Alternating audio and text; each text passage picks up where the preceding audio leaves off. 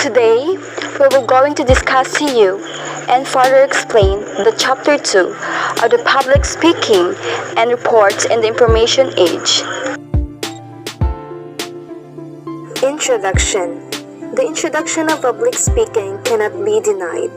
Great speeches have moved nations to war and revolution. They inspired and moved people to act.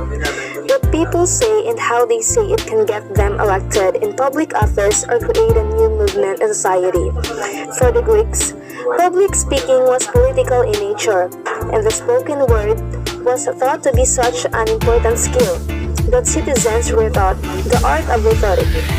Public speaking is an important life skill, yet few people master it. In fact, many people are afraid of speaking in public. However, the significance of public office speaking has only gotten stronger in contemporary times. Public speaking platforms such as TED Talks and YouTube have captured and disseminated public speech to an unprecedented scale, and one say at the spur of the moment can live forever on the internet. Great speeches have created hope in perilous situations and have made people change their minds about the world and their places in it. According to acclaimed public speakers Dale Carnegie and Joseph Birch in Wayne, 2007, public speaking is public utterance. Public issuance of the man himself. Therefore, the first thing both in time and importance is that the man should be and think and feel things that are worthy of being given forth. 2. Objectives. There are 4 primary goals of public speaking. 1. Inform the audience. 2. Persuade the audience. 3. Entertain the audience. 4. Commemorate the person, occasion, or event. 3. Outline. Speeches are organized into 3 main parts: introduction, body, and conclusion. 1. Introduction. The introduction of the speech establishes the first crucial contact between the speaker and the audience. 2. Body. In the body, the fewer the main points, the better. And 3. Conclusion. A short history of public speaking.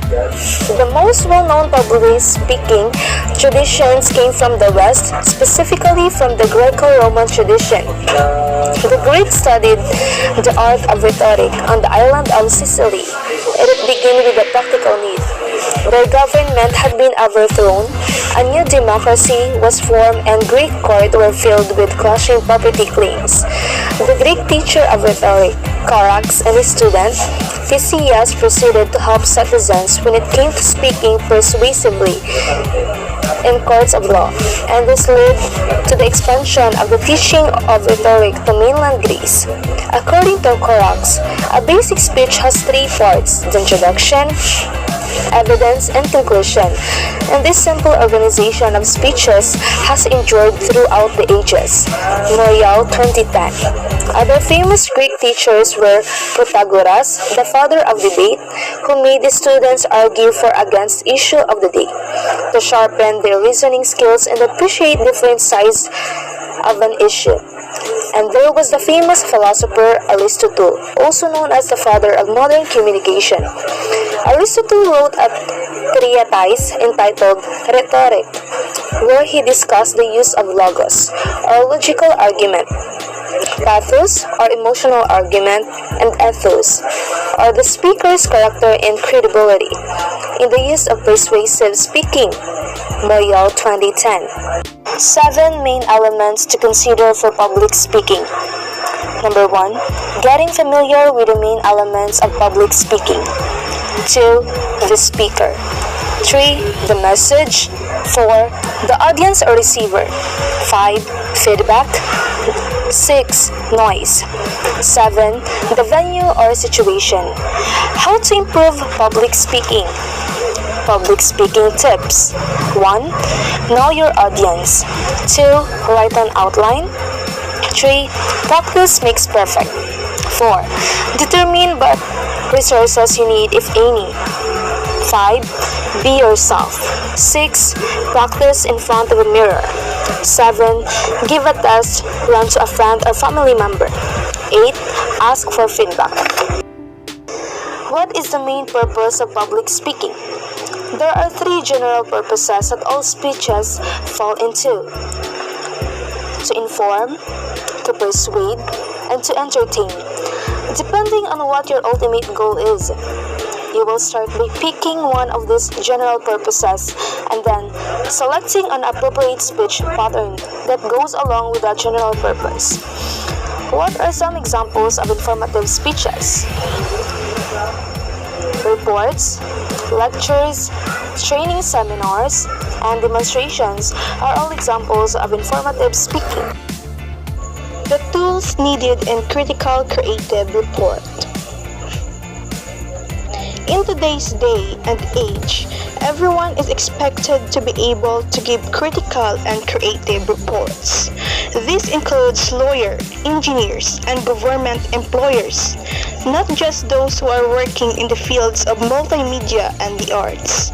Modern technology has made it easier for people to complement their reports. The following are the 7 practices of public speaking. First, performance. Speeches are performances and they are delivered best when they have feel authenticity. And illness, people respond when they think that one speaking is being honest and sincere. And they respond even more strongly when they feel that they can relate to the speaker and question. Because of this, a sense of humor helps break ice, and strategic shows of vulnerability and concern can make audience feel closer to the speaker. Second, hand gesture. Whatever kind of speaker one may be, it is always best to be more purposeful when it comes to choosing hand gesture. Hand gesture can be useful. Signposts and making a point, such as the usual hand gesture of enumeration. They can signal inclusiveness, such as when both hands are stretched towards the audience palm up, or division, such as when they are sweeping gestures to indicate difference. Third, plan the speech. It is important to express oneself is an expressive and articulate matter. It is the best to choose one's word carefully and to ensure that one's speech builds on the foundation of logos, pathos, and ethos to come across as articulate. One must also nurture a speaking style that is effective, and a style varies from one person to another. And fourth, eye contact. One way of coming across as an authentic is the ability to make good eye contact with the audience and to speak in a manner that touches them. It is important to engage the audience in eye contact. Helps in that. Some people, however, have a hard time making an eye contact. Should this be the case, it will be help to pick out 3 people from the audience, place in a mental triangle from one position, and try to make eye contact with them instead with the rest of the people in the room. If one is truly hesitant to look at people's eyes, one may look at their foreheads instead. This creates illusion of making eye contact with the people without actually doing it. On the other hand, if who seem to be friendly or accommodating to look at, so that when one speaks, one feels too confident and at ease. Fifth, speaking style. Different people have different speaking styles, and one can only find one's personal style through constant practice. Some people seem to be more effective when they come across as calm, trustworthy, and reasonable, and their hand gestures seem more open and thoughtful. Others, on the other, can get away without bursts of passions and bump and touching the audience with their fervor and enthusiasm. 6. Recording the speech for feedback.